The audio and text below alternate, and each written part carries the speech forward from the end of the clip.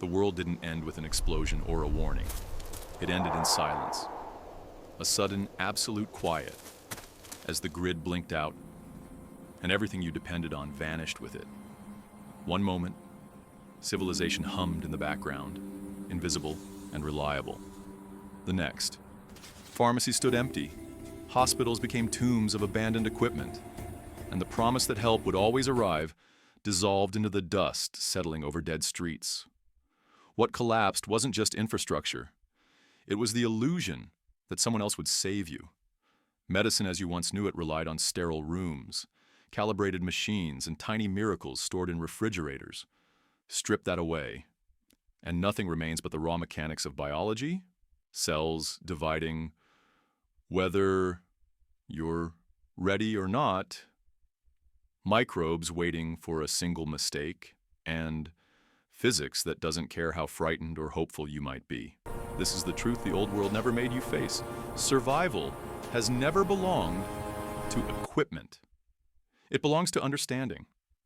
After the fall, a bandage becomes just fabric. A bottle becomes just glass. But a principle, osmotic pressure, oxidation, protein denaturation, outlives every failed system. Chemistry doesn't disappear when the power goes out. It becomes the only light you have left. So as we step into the 10 supplies that matter, remember this.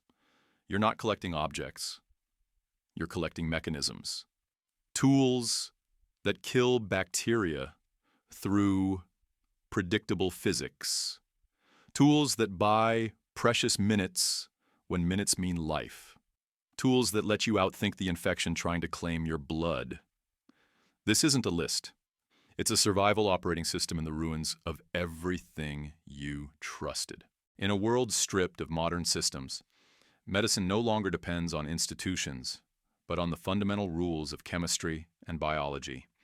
When the pharmacies are empty and the hospitals lie in ruins, skill replaces equipment and understanding replaces prescription labels.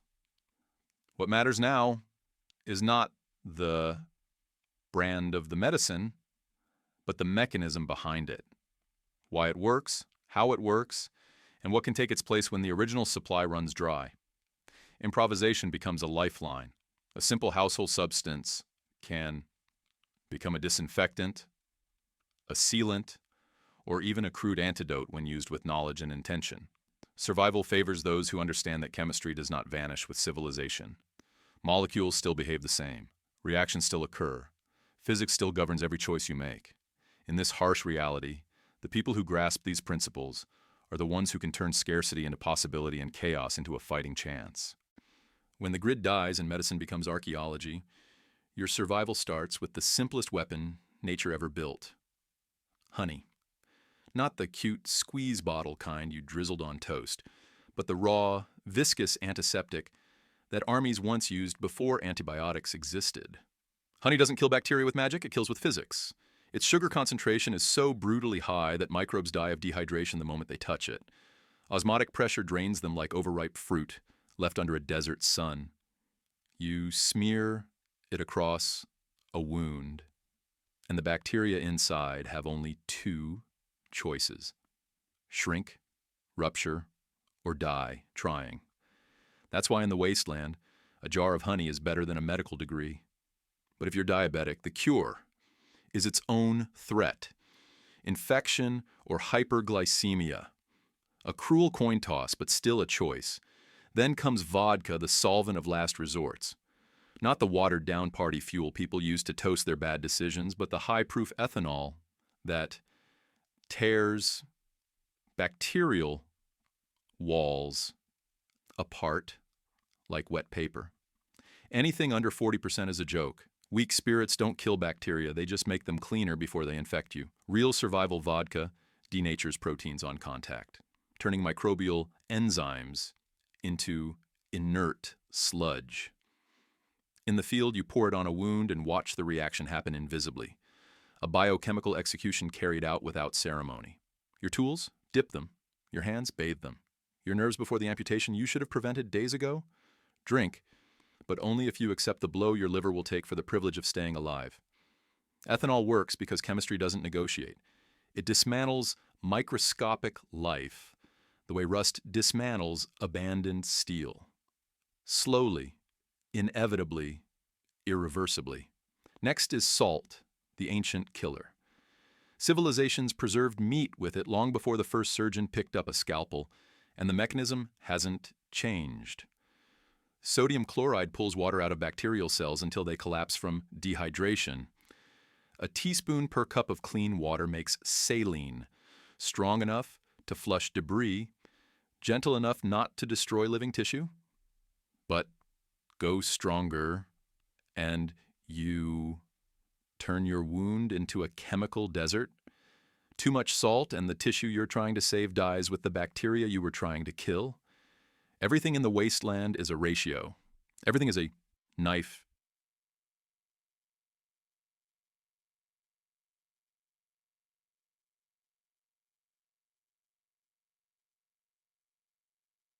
Solution and catastrophe. Then there is duct tape, the gray messiah of improvised medicine. Fresh off the roll, it's close to sterile. Sticky enough to close a gash, waterproof enough to survive a river crossing, and tough enough to hold together a limb long after the bone has stopped cooperating. But its greatest trick is saving a life already slipping away. When a bullet or debris opens a sucking chest wound, air floods the chest cavity, collapsing the lung with every breath. You seal the wound with duct tape but leave one corner open, a crude one-way valve. Air escapes during exhalation, but no new air enters during inhalation. Primitive? Yes. Effective? Enough to buy minutes. And minutes are the most valuable currency in the apocalypse. Even the adhesive has purpose. Acrylic polymers form an airtight seal that mimics the behavior of field-grade medical equipment no one will ever manufacture again. The tape hurts like hell to remove, but pain means blood is still moving. Pain means hope hasn't died yet. 4 supplies down, and already you can see the pattern. None of these items were designed as medical tools. They became medical tools because biology doesn't care about your intentions, physics doesn't care about your comfort, and survival doesn't care about your preferences. In the wasteland, every molecule either kills infection or feeds it. Your job is to know the difference. Survival gets quieter as the days pass. The screaming stops. The gunshots thin out. What remains is slower, subtler, and far deadlier. Poison, contamination, radiation, infection. That's why the 5th item on your list is activated charcoal, the black void that eats whatever's trying to kill you. 1 gram carries the surface area of a football field. More than enough molecular real estate to trap toxins through van der Waals forces, the weak but relentless attractions that bind poison to carbon, like a prisoner cuffed to a concrete wall. Take it within an hour of ingestion, and it captures organic toxins before they slip into your bloodstream. Wait longer, and you're treating a ghost. The poison has already crossed the threshold. It won't save you from alcohol, heavy metals, or the decisions that got you poisoned in the first place. But it will neutralize most plants, drugs, and sabotage attempts common in a world where trust evaporated with the ye power ewer. Shakurzi bere harid. You're not swallowing medicine, you're turning your stomach into a filter. Then comes iodine solution, your grim insurance policy against a nuclear tantrum. In the wasteland, fallout doesn't announce itself. It descends like silent snow, fine dust that eats your thyroid from the inside out. Saturating the gland with stable iodine before radioactive iodine arrives is the only way to deny it entry. Chemistry, again. Once the gland is full, it cannot absorb anything else, benign or lethal. For wounds, iodine is a universal executioner. It oxidizes cellular structures until bacteria, viruses, fungi, and anything unlucky enough to be alive in its path collapses. But full-strength iodine burns with a speed and cruelty that rivals radiation itself. Dilute it to 1%, strong enough to sterilize, weak enough not to destroy the tissue you're trying to heal. This is medicine stripped to physics. Either the iodine destroys the microbe, or it destroys you. Choose your concentration with precision. And then there's superglue, the liquid stitch every survivor learns to fear and depend on. The moment cyanoacrylate meets moisture, it polymerizes, forming long molecular chains that lock into a rigid barrier. Your blood is full of hydroxide ions, and the reaction is instantaneous, a flash-setting shield stronger than the skin it replaces. Surgeons once used sterile versions of this compound in operating rooms cleaner than anything you'll ever see again. You'll use the hardware store version in the dirt, under stress, with hands that won't stop shaking. For small, shallow cuts, it's a miracle. For deep wounds, it's a death sentence. The glue seals bacteria inside, trapping infection in a warm, oxygen-poor cavern where it multiplies with the enthusiasm of a prison riot. And remember, the reaction gives off heat. Close too large a wound and you may cook the surrounding tissue. The polymer doesn't care about your intentions. It only cares about the chemistry. 3 more supplies, 3 more lessons in the same brutal language. Everything that saves you can kill you if you use it wrong. The apocalypse doesn't punish ignorance. It eliminates it. When the world still worked, aspirin was the pill you took after a bad night. A mild inconvenience turned chemical relief. In the wasteland, it becomes the only line of defense against the most predictable killer of stressed, dehydrated, malnourished survivors. A heart attack. Acetylsalicylic acid irreversibly disables cyclooxygenase enzymes, shutting down the body's clot-building machinery before it can choke off an artery. Chew, not swallow. 2 tablets, the moment you feel that crushing weight in your chest, the pain that spreads into your jaw, the sudden nausea that feels like vertigo from the inside. Chewing forces sublingual absorption, bypassing the slow grind of digestion, and slamming the drug into your bloodstream before the clock runs out. There are no defibrillators out here, no paramedics, just you, a pulse, and the hope that chemistry can hold the line long enough for your heart to remember its rhythm. Then there's hydrogen peroxide, the foaming white ghost that once lived beneath bathroom sinks across the world. In the apocalypse, its value climbs, not because it's perfect, but because it's honest. The fizzing reaction isn't magic. It's catalyst, an enzyme in your blood and tissue, tearing H2O2 apart into water and oxygen. Those oxygen bubbles push dirt and debris out of the wound like miniature demolition charges. Most bacteria hate oxygen, and peroxide delivers it in concentrated bursts. But it is not gentle. Use it too often and it shreds the very tissue trying to rebuild you. The secret is knowing when to stop. Peroxide is for the first cleaning, not the 10th. It sterilizes the battlefield of your skin, but leave it in your arsenal for initial strikes only. After that, you're just attacking yourself. The last supply is the one most people laugh at, right until they need it. Cayenne pepper, the red powder, normally sprinkled onto food that no longer exists. In the wasteland, it becomes a weapon against bleeding. Capsaicin forces blood vessels to constrict with a violence that feels like liquid fire. The burn is the point. Pain receptors scream as the vessels clamp shut, squeezing off blood loss when every second counts. You dump it directly into a wound, and the nerves shriek, but the bleeding slows, then stops. Primitive? Absolutely. Effective? Often. The compound also carries mild antimicrobial properties, a tiny chemical patrol that buys precious minutes before infection claims the opening. Long before antibiotics, long before sanitized clinics, cultures around the world used this technique because it worked well enough to build civilizations and well enough to keep them alive through disasters worse than this one. But here's the warning. Pepper is for external trauma only. Try this on deep punctures or arterial sprays, and you're gambling with the kind of pain that paralyzes, not protects. The line between salvation and agony is razor thin in a world that rewards only precision.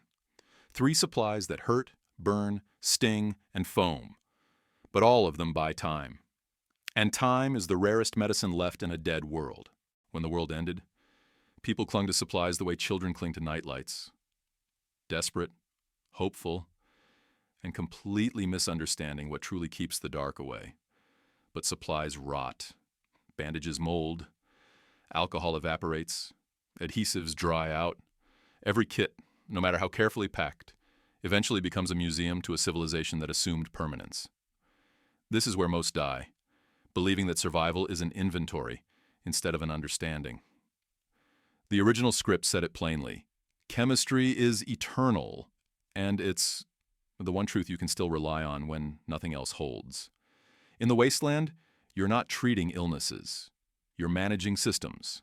Osmosis doesn't stop because the hospitals fell. Polymerization doesn't hesitate because the grid collapsed. Pressure gradients still obey their laws with absolute indifference. Microbes still exploit weakness with mathematical precision.